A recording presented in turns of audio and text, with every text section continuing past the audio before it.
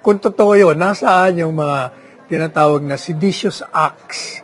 Kasi pag sinabi mo inciting to sedition, ibig sabihin, yung mga nakarinig noon, nahikayat na umalsa laban sa gobyerno.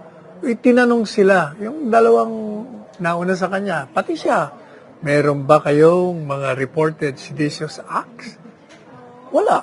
O that destroys their claim. Pangalawa, tinanong, si Inday Sara ba nandun sa mga protest rallies? Kasi ang punto nung nagtatanong, kasi kung inciting to sedition, si Inday Sara gagamitin niya lahat yung mga rallies to incite. Sabi niya, wala ako doon. O, wala pala eh. Ngayon, sabi nila, kasi yung sinabi ni Baste na ang ulo lang kailangan namin. Jesus Maria Joseph. Alam po ninyo, ibig sabihin lang naman ni Baste na ulo. Kasi kung titingnan nyo lahat ng mga pahayag niya, gusto niyang pabitiwin sa tungkulin si Presidente Marcos Jr. dahil sa kanyang kabiguan bilang presidente ng bansa. So, nung sinabi niya, ulo lang kung kailangan namin sa kanya. Yan lang kailangan ko. Ibig sabihin, yung resignation niya, wala akong kinalaman yun doon sa sinasabi naman ni Inday Sara na ini-imagine ko, putuli ko. Yun sinabi lang ni Inday Sara, parang kung baga, ilabas niya yung inis niya. Kasi nga, hindi lamang niyayamot siya nitong mga kalaban niya, kung hindi sinisiraan siya at pinagpaplanoan pa siyang patayin. Pero tandaan niyo ang sinabi ko, kahit na isipin niyo ang heinous na tinatawag na krimen, kung iniisip niyo lang kayang iniisip mong putulan, hindi po krimen yun. Yun ay a demonstration of dislike. Ayaw mo sa tao, yun lang yun kayo, maniwala kayo. Dahil ako, nangyari na rin sa akin, pag meron kong kausan na nabubuisit ako, hindi lang ko iniisip ko na puputulin ko ulo. Sabi ko, putulin ko kaya ulo mo o kaya yung iyo. Ganun lang yun. Wala yun. Doesn't mean anything. So, parang dala lang ng bugso ng damdamin. Sa inis. Sa inis. Sa inis. Pero hindi banta yun. O even assuming na inamin niya, bakit? Kailan pa ba naging crime yung pagplano ng murder na hindi mo naman isinagawa? Mr. Matibag, go back to law school.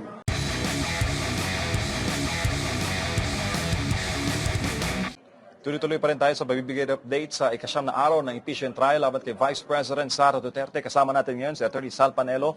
Attorney Sal, sa hearing kanina, sinabi po ni NBI Director Melvin Matibag na consummated na may tuturing na raw yung banta kasi may personal na pag-amin ang Vice Presidente. Anong masasabi mo doon, sir? Anong inamin niya? Na may hinayro siyang kikitil kung may mangyari man sa kanyang masama. O even assuming na inamin niya, bakit? Kailan pa ba naging crime yung pagplano ng murder na hindi mo naman isinagawa? Mr. Matibag, go back to law school. Opo, binanggit niya rin, sir, na... Let me amplify that. Yeah po. Under the law, there are only 4 kinds of conspiracy to commit a crime. Na crime. Kasi pag nagsabwatan lang kayo, nagplano kayo na pumatay, mag-rape, magnakaw, hindi yung crime yun hanggat walang overt act. Ang crime lang yung sinasabi na magpaplano ka palang criminal, insurrection, sedition, rebellion, kudita. Outside of that, hindi yun. Kaya even assuming na sinasabi niya na may plano na wala naman talaga, wala pa rin crime. Opo, tsaka yung argumento, attorney, na yung kinetic force na binanggit ni Director Matibag, would you agree to that, sir, na nagdudulot raw ng parang influence sa Duterte supporters at sa mga nakarinig ng mga pronouncements si VP Sara, yung kanyang pahayag? Kung totoo yun, nasaan yung mga tinatawag na seditious acts? Kasi pag sinabi mo inciting to sedition, ibig sabihin, yung mga nakarinig noon, nahikayat na umalsa laban sa gobyerno. Itinanong sila, yung dalawang nauna sa kanya, pati siya, meron ba kayong mga reported seditious acts? Wala. O that destroys their claim. Pangalawa, tinanong, si Inday Sara ba nandun sa mga protest rallies? Kasi ang punto nung nagtatanong, O kasi kung inciting to sedition, si Inday Sara gagamitin niya lahat yung mga rallies to incite. Sabi niya, wala ako doon. O, wala pala eh. Ngayon, sabi nila, kasi yung sinabi ni Baste na ang ulo lang kailangan namin. Jesus Maria Joseph. Alam po ninyo, ibig sabihin lang naman ni Baste na ulo. Kasi kung titingnan niyo lahat ng mga pahayag niya, gusto niyang pabitiwin sa tungkulin si Presidente Marcos Jr. dahil sa kanyang kabiguan bilang presidente ng bansa. So, nung sinabi niya, ulo lang kung kailangan namin sa kanya. Yan ang kailangan ko. Ibig sabihin, yung resignation niya, wala akong kinalaman yun doon sa sinasabi naman ni Inday Sara na ini-imagine ko, no, putuli ko. Yun, no, sinabi lang ni Inday Sara, parang kung baga, ilabas niya yung inis niya. Kasi nga, hindi lamang niyayamot siya nitong mga kalaban niya, kung hindi sinisiraan siya at pinagpaplanoan pa siyang patayin.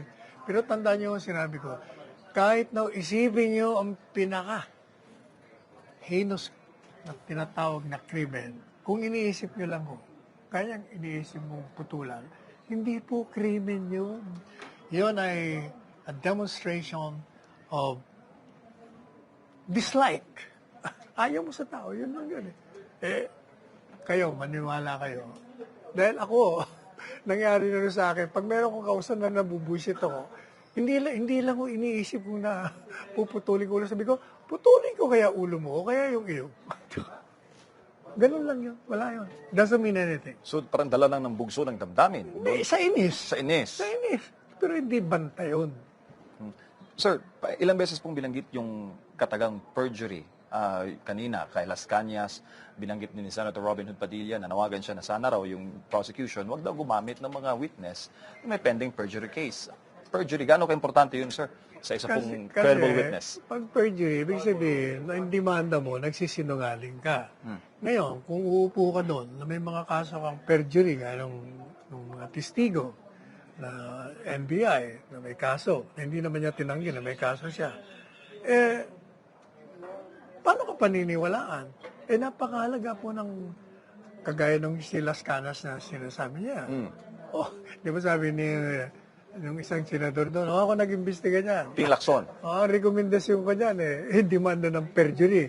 Kasi sabi niya, hindi kasama si Presidente, walang kinalaman doon sa mga drugs na yan. Tapos bumaliktad, bakit mo gagamitin yun? Pangalawa, yung po, ito na naman tayo kay Chis Escudero. Ang punot dulo niya, kung hindi siya pumayag, kasi nilalabas nila yung di umanong salaysay. Unang-una, tama yung sinasabi ng depensa, teka muna wala naman nung pirma yan, isa. Teka muna hindi naman notaryado yun. Hindi lang yan, dadagdagan ko pa, sinabi. Meron ba kayong prueba na yung sinasabi yung hawak nyo ay exact replica duplication nung affidavit na tinutukoy nyo na nasa ICC? Wala naman sila naprubahan So, paano mo malalaman? Yung binabasa ngayon nila, yun nga nakalagay din doon sa tunay na sinumpang salaysay na nasa ICC. O madalit sabi, dahil pinayagan itong presiding officer, nagka-leche-leche tuloy yung takbo. Pati yung mga irrelevant, mga inadmissible in evidence, nakapasok. Ngayon, hindi pa pwede yung sinasabi niya, hindi bali, yan lang naman bahagi ng testimonya. Mali po, kasi tayo po ay nasa publiko ngayon. Yung mga tao, pag may binasa ka dyan na di umano'y sinabi ng ganito, maniniwala Kasi hindi naman ng mga abogado yan Karamihan sa mga nanonood, hindi abogado. Sir, you were then presidential spokes, chief legal counsel. Sino ba yung Arturo Las Cañas? At ano bang... Ang alam ko sinungaling yun. Yun lang ang alam ko doon. Kasi nga, gaya na sinabi ni Lacson, kaya ko nire-recommend ng perjury. Iba ang sinabi niya nung una, iba yung pangalawa. Ganon din na sinasabi ni Robin Padilla. Kanina, sir, ay binigyan ng konteksto ni Senator Bongo yung pagkakasapat nga ni then Davao Mayor Sara Duterte doon sa court sheriff nung siya po ay Davao City Mayor. Gaano kahalaga na mabuo yung konteksto sa public hearing? Kasi pinapakita nitong prosecution na may pattern of violence. Gaya ng sinabi ko yan nung kahapon, nasaan yung pattern of violence na sinasabi mo? Ang pinapakita mo lang, isang insidente. At wala pa sa konteksto, gaya ng sinasabi ni Senador Bongo. Kaya yan ang nagkaganon sapagkat humingi siya ng 2 oras ba yun? Huwag mo munang i-implement. Kasi magkakapatayan kayo dyan. Antayin mo na lang ako dyan. Pangalawa, ang isang kulang doon sa nasabi ni Senador Bongo, hindi pa ho pinal kasi may 30 araw pang baguhin yung desisyon ng korte. Kaya ho, kinakailangan gumalaw si Inday Sara ng ganon. Pinakita niya na, teka muna, eto ang batas dito. Kung baga, ako ngayon ang batas kasi pag hindi ko ginawa ito, magkakagulo kayo, magkakapatayan kayo rito. Eh kasi, nung wala pa ho siya, ang batas ay si sheriff. Siyang masusunod eh. Kaya nung sinuntok niya yun, pinakita ni Inday Sara, huwag kayong maniwala rito. Akong batas ngayon dito, ako mayor. Kailangan, walang patayan dito. Hintuin natin. Kaya huminto. Sir, nabanggit din po yung konteksto ng pagdalo ni VP Sara kasama si President Marcos sa isa pong graduation ceremony sa PMA kung saan hiningi po ng isang kadete ang relo ni PBBM na ayon kay VP hindi niya nag-gets na parang ang dating tradisyon pala iyon sa PMA na ikukumpara po nung panahon ni PRD na yung may ganong katulad na insidente na binigyan yung relo. Anong masasabi mo, sir, bilang former presidential spokes? Ibig sabihin, kakaiba ang ugali nitong presidente ito. Si Presidente Duterte, mahal niya kasi ang taong bayan. Mahal niya lahat ng mga tao na lumalapit sa kanya. Itong isa naman, palibasa anak mayaman, kung baga he grew up with a silver spoon in his mouth, parang hindi niya nakuha yung ganong kultura.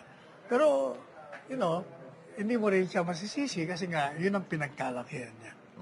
Sa anggulo ng valid threat na natanong kanina ni Attorney Chis Escudero, na halimbawa kung ang hinire, kung ang hinire ay isang call center agent, valid threat, isang call center agent, yung sinasabing hired assassin na kinontrata, di umano, halimbawa lang ng VP, may kukonsidera ba yun na threat? O kung ang hinire, halimbawa, ay may military background, yan ba yung valid threat? Anong differentiate mo dyan, Attorney Sal? Hindi, wala akong makikita doon eh. Hindi mahalaga sa akin yun. You know why? Ang mahalaga dyan, ang imbestiga mo, bakit sinabi ni Inday Sara yun? Kasi pag naintindihan mo kung bakit niya sinabi yun, yung mga sinabi niya yun, ang tingin mo doon, iba na. Hindi na yung, kung baga, parang ang dating, maliban pa sa sinasabi ko, nagsusumbong lang naman siya sa bayan na meron yung panganib ang buhay niya at sa palagay niya, itong tatlong ito ang nasa likod ng balak na pagpatay sa kanya. Kaya sinasabi niya, pag pinatay po ko, itong tatlong ito, ang pinag-iinala ko, bigyan niyo ako ng katulungan, ipagiganti niya ako. Maliban pa ron, parang ganito yan. Yes, sir. Papatayin kita. Ngayon, ako naman, ganun. O ipapapatay din kita pag ginawa mo yan. O madalit sabi, tinakot niya lang yun, baka sakali. Pag natakot ka naman, hindi mo na itutuloy yung plano mong pagpatay sa akin. Ganun lang yun eh. Sir, nag-spend po tayo ng 3 weeks, 9 days. Grave threats, Article 4. Ano ang inyong pong assessment? Tagumpay ba ang prosecution? Wala. Ano bang performance ng defense? Gaya nga na sinabi ko, yung lahat na testigong yan, puro useless yan. Wala silang naprubahan doon sa artikulo. Gaya nga sinasabi ni Risa Contiveros, diba? Hindi naman yung naprubahan, may papatayin dito. Ano ba ito? Krimen ba ito? O masamang asa lang ng vice-presidente? O yun ang dapat pag-isipan niya. Ang talagang katotohanan po niya, itong impeachment ito, matagal na itong plinano para tanggalin sa posisyon si Inday Sara at tanggalin mo bilang kandidato sa Panguluhan sa 2028. Kasi nakakasiguro mananalo siya at itong mga kalaban niya natatakot na nanganganib ang kanilang pananatili sa kapangyarihan at sigurado most likely ipoprosecute sila ni Inday Sara sa mga kalokohan nila, sa mga pagnanakaw na ginawa nila, sa pang-aabuso, sa paglabag sa batas. Yan ang katotohanan niya.